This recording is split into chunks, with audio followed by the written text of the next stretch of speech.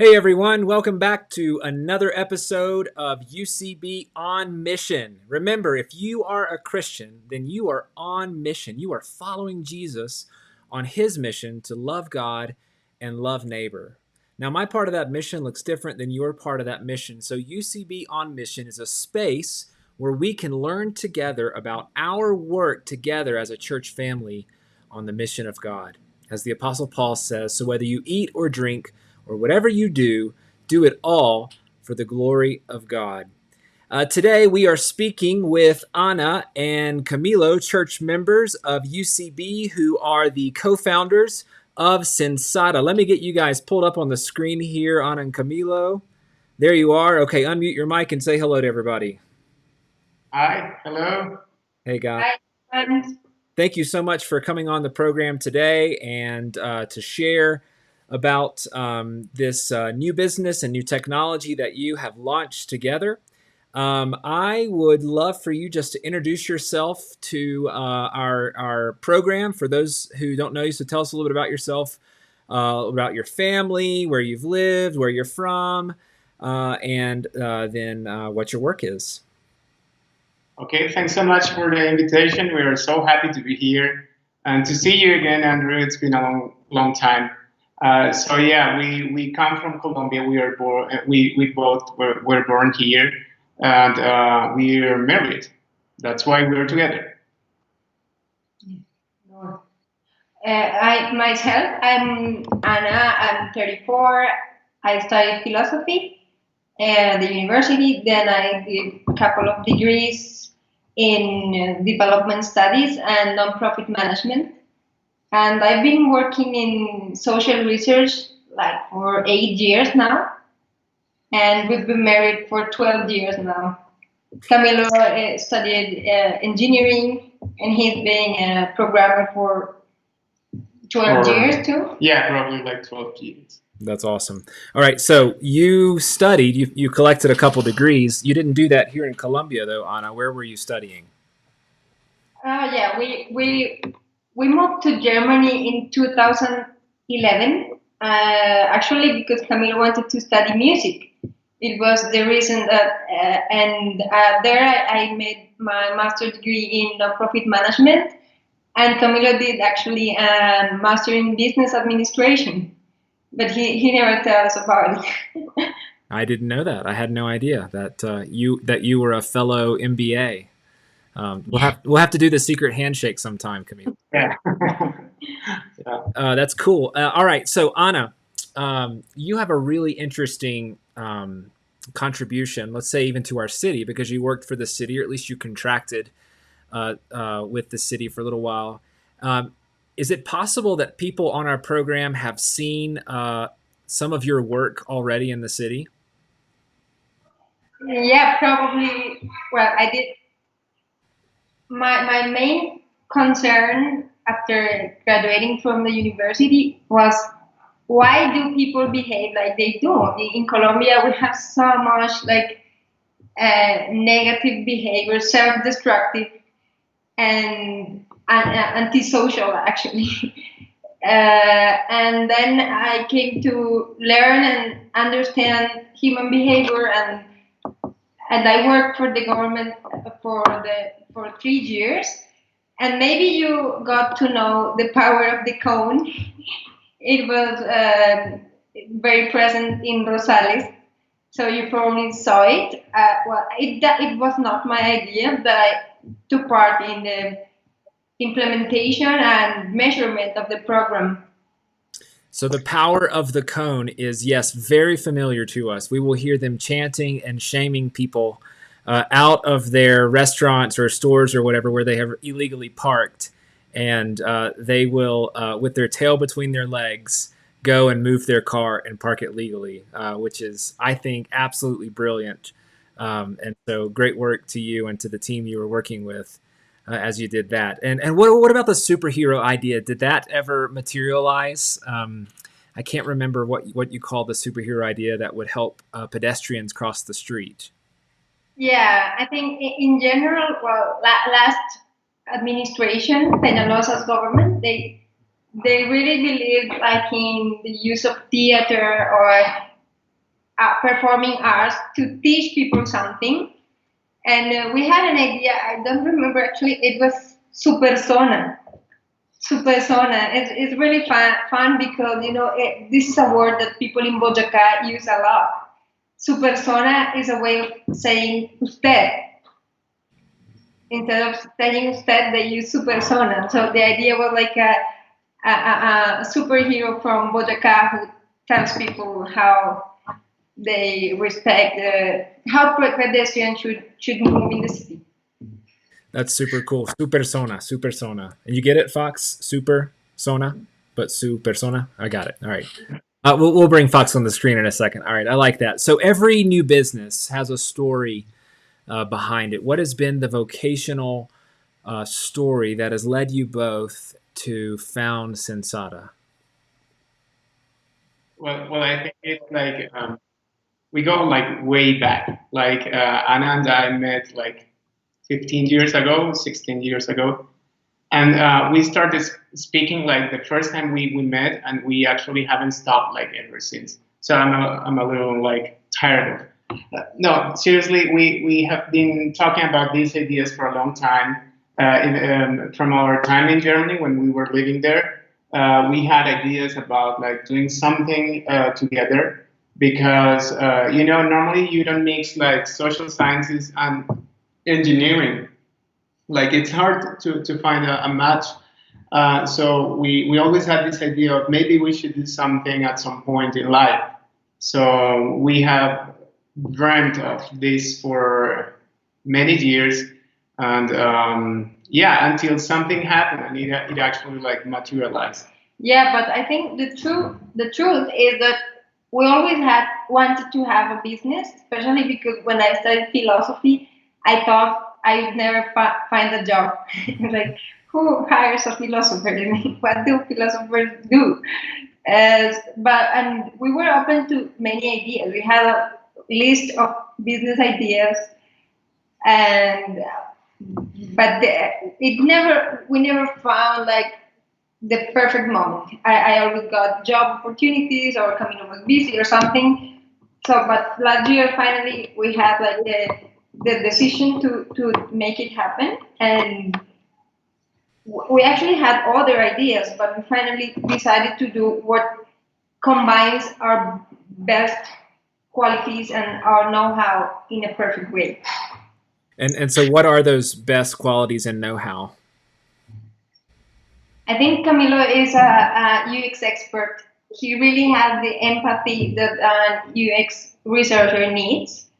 And all the software and the platform is built around the user. And my know-how is regarding human behavior, but also I've been very curious about innovation in social research, because we were actually dissatisfied with traditional surveys, which are long, expensive, and sometimes unuseful.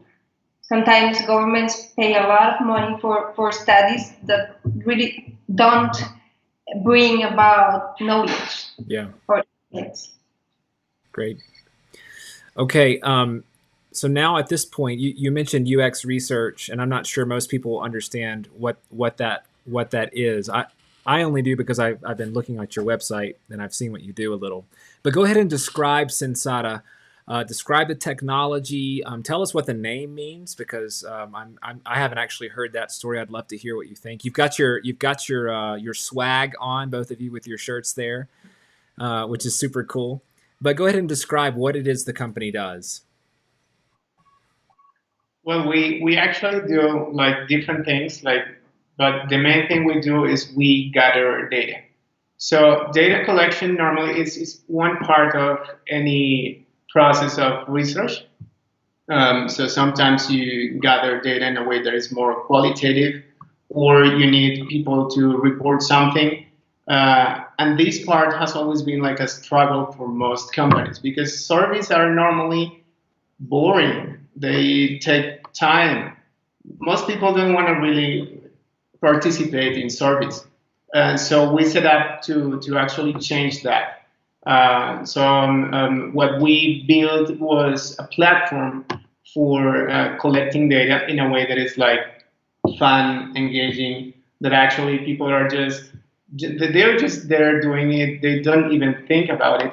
They just I don't know. They just, without even knowing it, they are giving us their insights about their true behavior.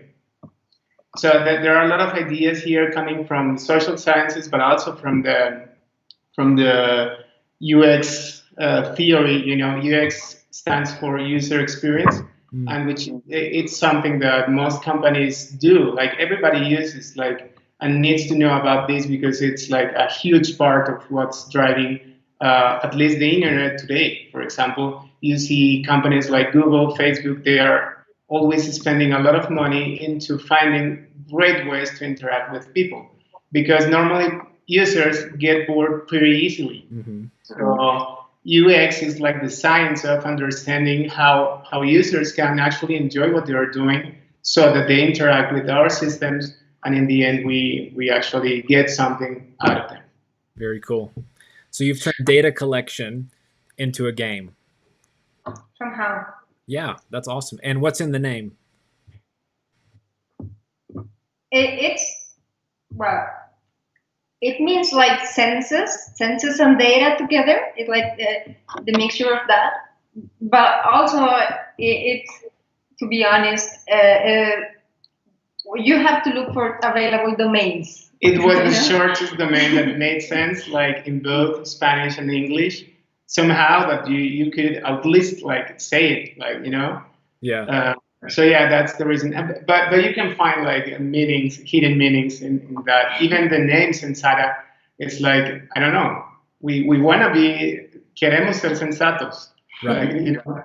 In life, you go to a point where you just really want to do what is sensible and just correct. Yeah, that's cool. All right, so we've got a few people in the chat here saying hello to you. Hey, Victoria, and hey, Maria Angeles, it's great to see you. She greets you both. Ingrid Quintana's here. And then we have some people with some familiar names here. Carolina Delvasto is here. She says, she gives you an emoji with some hearts on it and a beautiful picture of her family.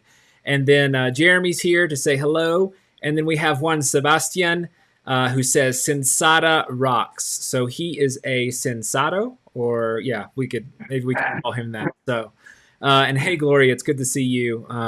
Thanks for joining.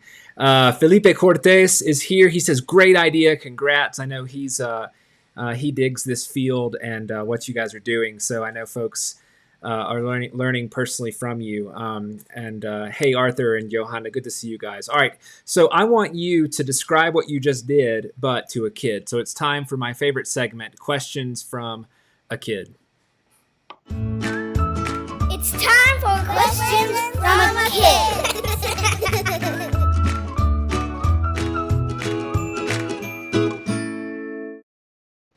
All right, and my kid today is 8-year-old Fox. You want to say hello, Fox? Hi. So, Fox, what's your first question for Ana and Camilo? How do you, how does your job help other people? That's a very good question. Actually, what we've done since the company started a year ago is working with nonprofit organizations to understand human behavior to make it better. I mean, how the question that drives us is, how do we help people to do things for their best interest? Like, for example, how to get people to save more money. So we need to understand why they don't save money. And that's our job, to make the right questions in the right way so that people can tell us and we can understand how we can help them. Makes sense? Cool. All right. So would you like to try out one of the games that they have invented to figure out how to help people do what they want to do? Sure. All right. So here's what we're going to do. Do you want to introduce this game or tell Fox how to play the game? Or you just want him to figure it out? Yeah. Okay. All right. So I'm going to pull up the game on my phone here. And Fox, you're going to play the game on my phone, and then I'm going to show what is on this screen. I'm not going to show your answers, but I'm going to show, hold on just a second before you start. I'm going to show the screen here so people can see what you are seeing. Are you ready? Okay. Yep, go for it.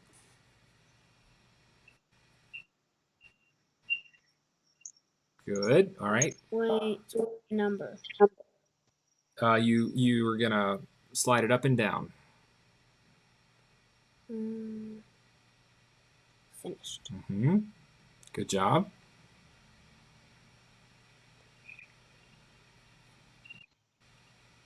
Good.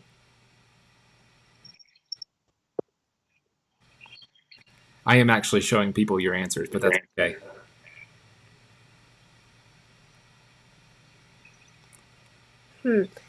What's this? Let's see.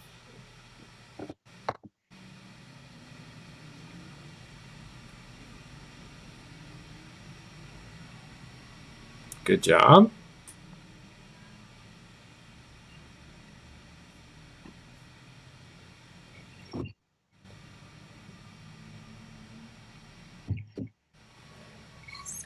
It's a hard one, isn't it? Yeah, this is the hard one. Just give your best. Try your best. You have to choose.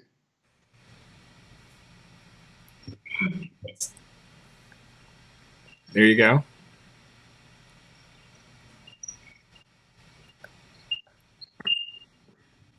You're doing well. Good. Oh, now you're going fast. What? Just like these stuff. It's good.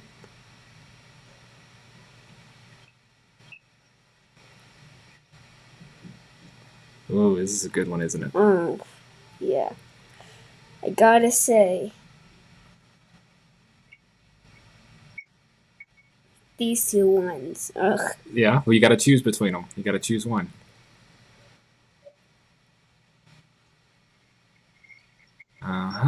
Okay. There you go. You did it. Can I keep playing? I don't know what happens. What happens if he presses keep playing? I don't really know. I don't remember. All right. So that is a testament to. There you go. So this one's about sports. Cool, right? ¿Qué tanto sabes de deportes? Oh, and it even speaks to you. My goodness. All right, we're going to get out of that, Fox. But hey, that's a good sign that you just took a survey, essentially, and you even wanted to keep playing. That's pretty cool, right? Because it's such a fun game. So you thought that was a fun game? Good. Anything else? Any other reflections on it?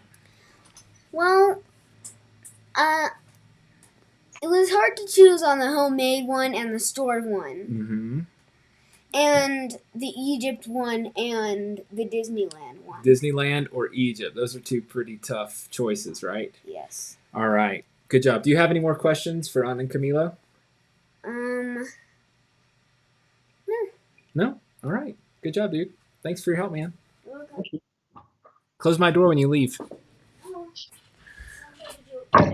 Cool. All right. That was great. I'm glad that worked and our folks could see what he was doing on the game. And I'm also glad that he, an 8-year-old just enjoyed offering data. That's cool. It's a testament to what you guys are doing. So, okay. So let's say you have, how many foxes would you need to take a survey like that to have some helpful data for a company?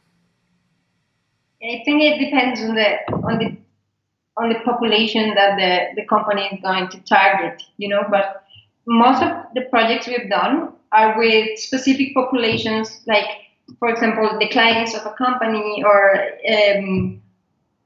sometimes we do a specific sample for a city, but it depends. I would say that the least minimum number for us would be like 100 responses, because what we try to look at is trends and relations between variables. Like we can see that maybe kids who prefer restaurant food are kids where mom doesn't cook. I don't know. There are things that we can see when we have more data.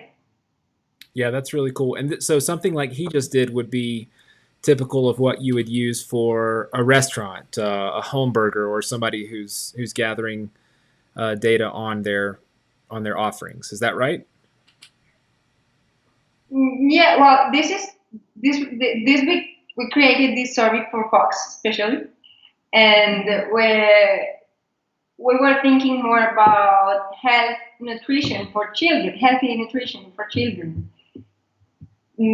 For market research purposes, I think we need to understand the customer need, the client needs, what is the need for information that they have, and they have different questions. Sometimes they just want to know who is their customer, or how satisfied they are, etc. There, but so far most of our work has been social research. And do you help your clients figure out what the questions are, or do you wait for them to ask the questions and you figure out how to put it in game form? We prefer to be part of all the process, because sometimes clients believe they need something, but they don't really know what they need. And we find out the research questions, the big questions that they have, and then we create the survey questions. You said that you've done some of this for social research. Are you allowed to give us an example of one of these clients and maybe some of the questions you've helped them answer? Yeah, sure. We have worked a lot with digital startups who are creating financial products, or not applications that help people to manage their finances.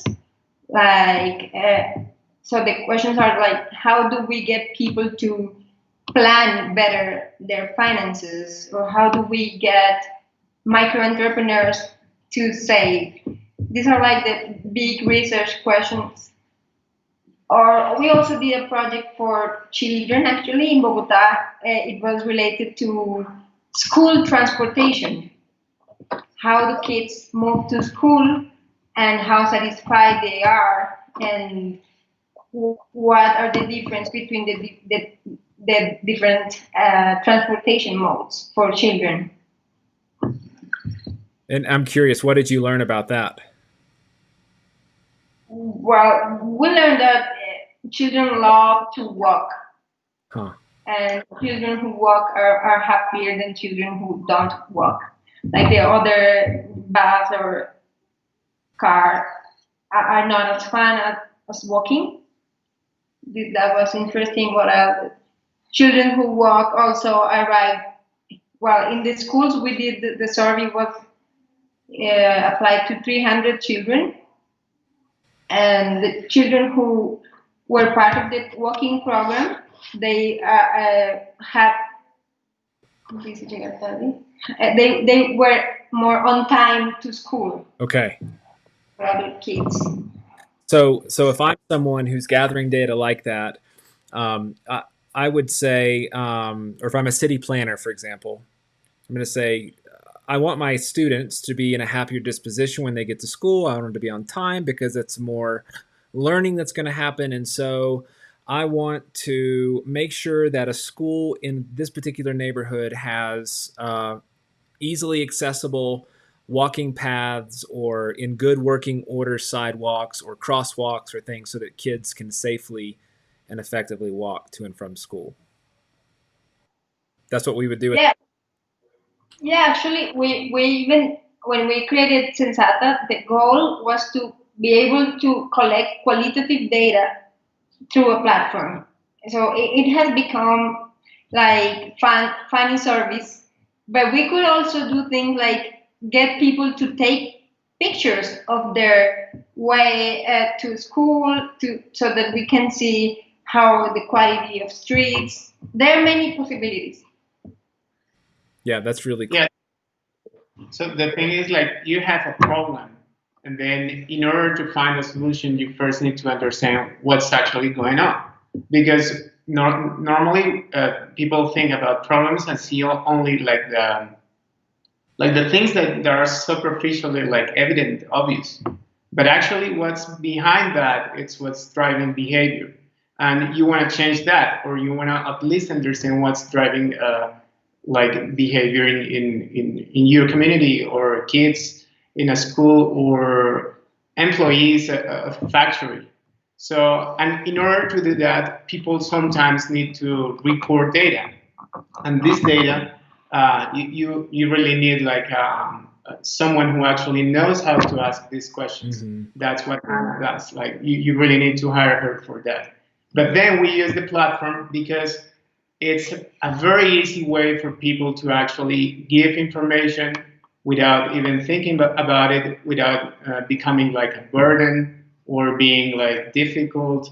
If you see all of our, it feels almost like a game, and it's because we strive to actually make it like simple, so that even questions need to be like very short, so that you can actually like do it in a couple minutes. We can get a lot of answers. If you compare that to a normal survey, that's crazy. Like so we're actually finding our way, and the recent events from we might talk about this a little bit later, but we have turned into a massive survey system, which is not actually what we started with, but it's cool anyway.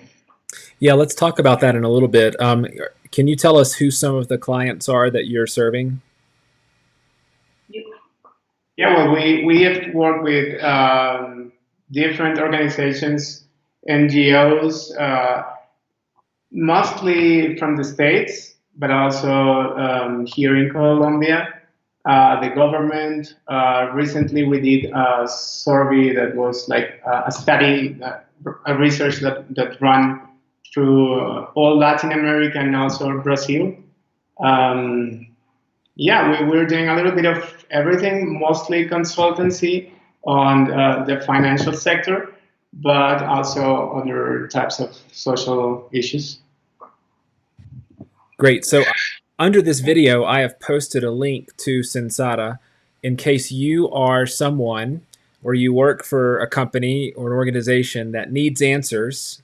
These guys right here want to help you get your answers and even figure out how to ask the right questions. So you can check that link out down below. Ana and Camilo, you guys are on UCB On Mission. And so the question I ask every one of our guests is to tell us how is this work a part of the mission of God? I mean, most people just go to work so they can get a paycheck, but they don't think about a larger, more lasting impact that they're having on God's world or on God's people. How do you think of this work as part of the mission of God? Well, I think first thing I'd like to say that every day I think about it, and I really believe this is a gift from God, because the way things have happened for us are really a miracle.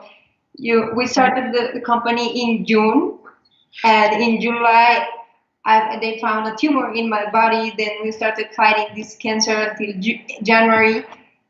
And all this time, the Lord has provided in a way that is really amazing.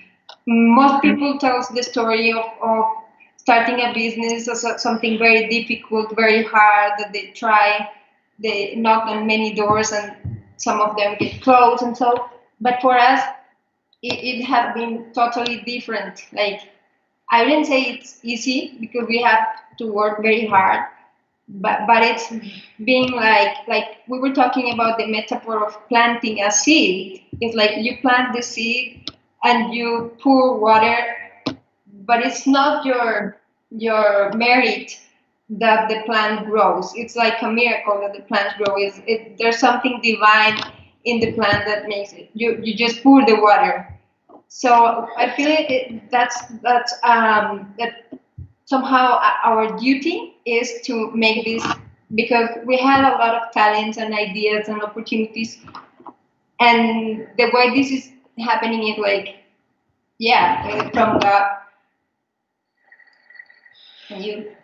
Yeah, for me it's like yeah, I have always like felt the need to create something, and that's actually why I debated between engineering and music, because I wanted to create.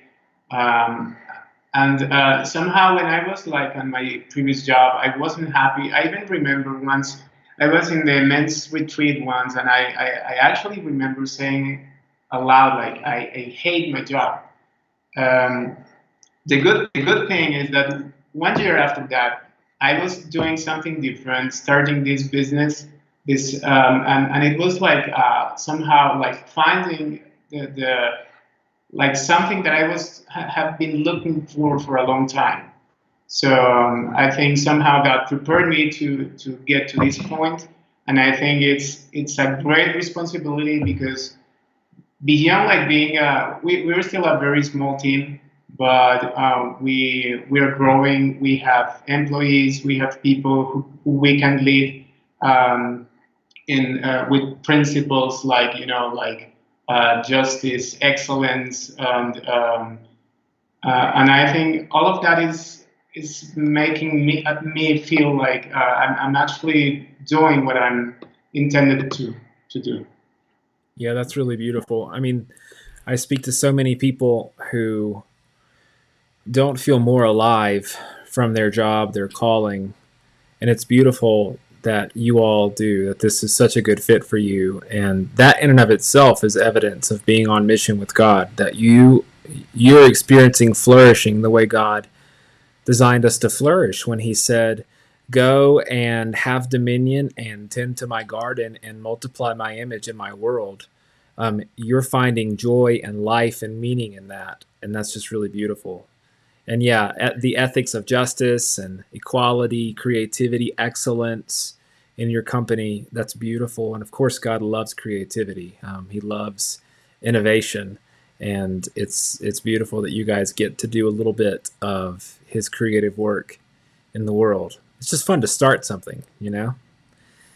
We will no doubt have people watching this program who are aspiring entrepreneurs.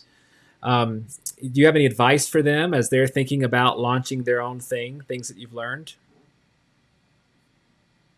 Yeah, uh, I think the biggest challenge in this path is fear, because we have fear along the way, like fear of everything. Even when we get like a yes from a client, like let's do the project, it still feels like, oh, it's our first project, we're gonna do it, and to hire somebody, anything, everything can be fearful, but I believe the solution is faith. The advice is actually to have faith, because is what we were saying before. You pour the water, but you can't control that the plant grows.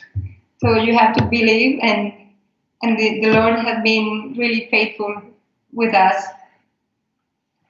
Some more advice. Advice? Partner.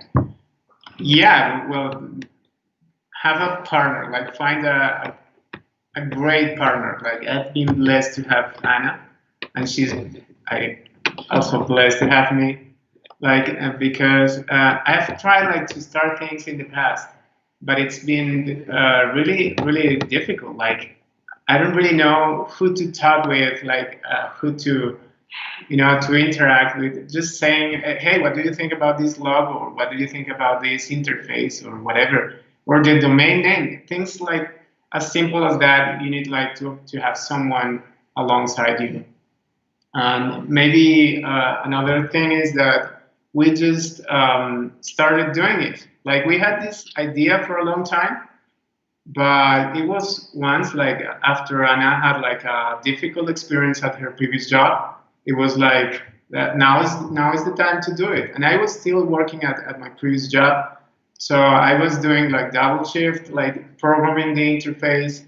Um, But it was like, because normally, like most aspiring entrepreneurs, they like fear, like they have fears about sharing their ideas with others or starting something.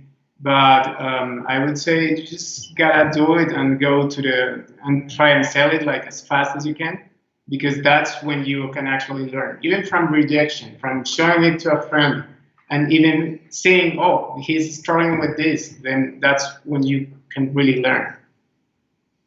That's great. That's great. Useful advice. Thank you. All right. So you alluded to this already, but COVID-19 has obviously changed our world. It's changed the world of your clients. It's changed probably the shape of your business. So how are you and how are your clients having to adapt to the COVID-19 crisis? Well, I think we were a little shaking like at the beginning, because we were like just starting the team. We just had hired one of our team members, and suddenly we were like, oh, what's going to happen? Like we might have no business to work with, because the impact on the economy felt like immediately. So somehow it was like, what are we going to do? But then suddenly, in the middle of that, we, in really like in an attempt to actually just make people aware of the thing, like the COVID, we created a test, and it actually was very successful. People started sharing it with another one, and it actually went viral. So it was like a miracle, and we suddenly we received over 300,000 surveys in a span of 2 to 3 weeks. So it was like crazy, and then we, of course, we learned a lot during that time, because we were not prepared to grow like that. But this changed like our mindset, and like the possibilities that opened to us were like amazing. Like suddenly we weren't talking about I don't know, getting 100, 200 responses on a test. We were talking about hundreds of thousands. So that's mind blowing. And from that, we follow that with a different test on the COVID. Obviously, it's something like that people are actually like, they need that. And we learned a lot about that. Like, you have to be relevant. Whatever you do, you have to be relevant to what people are experiencing. So I think from that gave us like a lot of exposure, and it yeah, we are doing much more projects, but it's a lot different. Like when you can say that you have gathered over 600,000 surveys in the past 4 months. So we're growing, and it's been pretty good for us. Like we are actually more than ready to tackle all the demand for these kind of services. And if you think about service like social research, like suddenly it's not possible to go outside and interview people. So we have we're in a very good position to for that. Yeah, and also I was very afraid of having a virtual team. Like we felt like we're just starting, we don't know each other. It's like, how's it gonna be? But it's been great. It's been great. It even opened up the possibility to hire people from other cities or countries, and we've also got more clients from abroad. It's like now it is the same. No matter where you are, for the service we provide, it's like we're capable of doing it. So it's been great. That's really cool. What was this? What was this test that you created that went viral? I didn't see this, or maybe I did, and I didn't know it was yours. There were two. The first one was in the before they It was declared actually the before the lockdowns, lockdown. It was like actually like lobbying for it like to happen. and there was we made also a mental health test for people, like to see how the lockdown has affected them. Yeah, that's really brilliant, and that's really cool because I'm thinking about 6 months ago, 7 months ago, sipping coffee at your WeWork, and praying for you guys and listening to your ideas. I don't think that we envisioned you gathering life-saving data in a pandemic. I mean, being able to check in on people's mental health, that's really important information to have, that you can put in the hands of major decision makers. So that is really, really cool. We're very we're impressed, but we're proud of you. All right, so we're at time. We've gone over time, but I'd love to have you guys share with our viewers, how would you want them to pray for you before they close this video? I feel we need a lot of discernment, because since we're growing very fast, sometimes we feel we need to discern every decision, like how fast to grow the team, how many projects to take at the same time, if we need to get investment. It's like there are many possibilities, but I feel we really need to ask the Lord for discernment to make the best choices and guard our hearts. Anything else?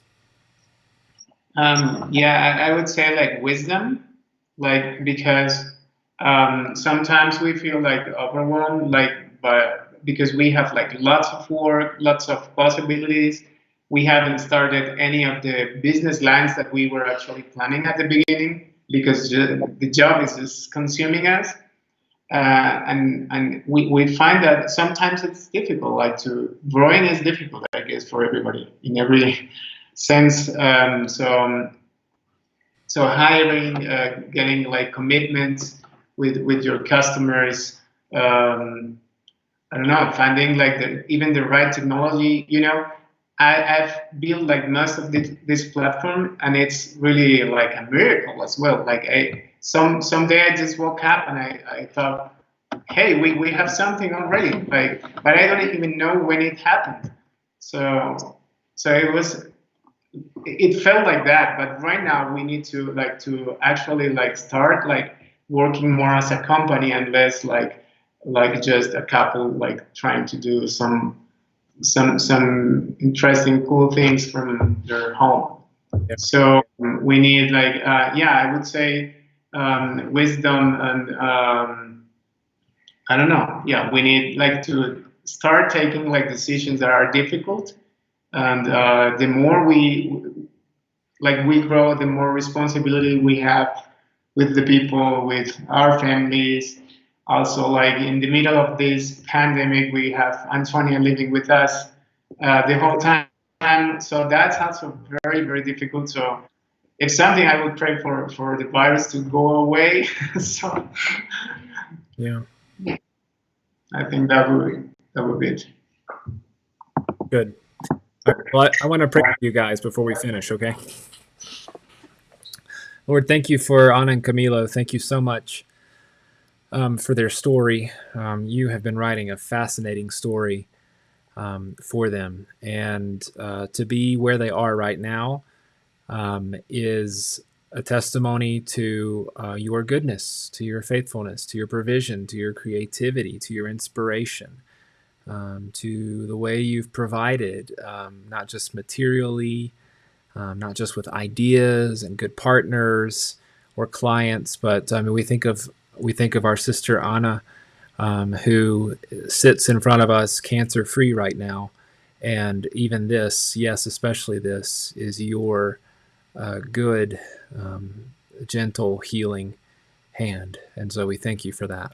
Thank you for Sensata, this group, this idea that they've been able to launch, and the ways that you have been using them and it to serve, Lord. Thank you. Thank you for explosive growth.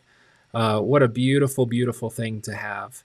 Ana is exactly right when she says we just planted the seed and put some water on it. But Lord, you're the one who's been prospering this and growing this. Lord, we want you to continue to do that. And Lord, we recognize that as we grow, there are growing pains. And we want you to help ease those growing pains and give them adaptability and help them to make the sort of decisions that they need to make with their team and hiring and how to run a virtual company and how to make this efficient, and whether to keep responding to needs or whether to go with their original ideas. Lord, help them to know what you want them to do. Lord, I pray that the labors of their hands would make a difference, that the information they're able to connect for their clients would be used for good and not for evil or for selfish purposes, but that people would use these data to create flourishing, that people might see and experience you and your goodness and your provision. Lord, I pray for discernment as they do lockdown like many of us, and as they have sweet Antonia with them in the house, to know really to have good boundaries and to know how to care for her needs and how to continue to invest in her as they also invest in each other and as they invest in this business, Lord. And Lord, for everything that they need, would you please provide for their good and for your glory. This I pray in Jesus' name. Amen. Amen. Okay, so any last words to our millions and millions of viewers? I mean, now that you guys are like viral, famous, you've got a platform here. You're looking for perhaps people to join your team. If you're looking for other clients, they can find information below on your website. Anything else? No, we are just open to help people out, like, finding new insights about their customers, audiences, whatever. We just love like research and anything we can do for you. Just get on the phone with us. We are very much open to. Yeah, and it's Russian because it's about to die, but it's okay. Yeah, it works. So yeah, you want to say something else? No, thank you really for this space, and I hope we can learn more things to share with the community and be a good testimony for others. Yeah, absolutely. Thank you guys for your time. All right, if you'll stay on the line, then I'm going to close this out, and we can chat after I shut down the program. So that's all the time we have today for UCB on Mission. Thank you so much for joining us. Next week at 3 p.m., we will have Anita and Lloyd Mix, who are two longtime UCB missionaries who are doing great work in Las Fueras de Suba through a ministry that they have started called The Bridge to at-risk families and kids. So you don't want to miss that. Next week at 3 p.m., of course, we will see you in the morning at 11 a.m. For our weekly worship service right here on this channel. By the way, if you haven't done so yet, don't forget to like and to subscribe and turn notifications and share this if you think others would find Sensata and its story helpful and inspiring. Remember, you are on mission if you are a follower of Jesus. So my question for you is, what will that mission look like for you this week? Let's talk about it soon. Ciao. Take care.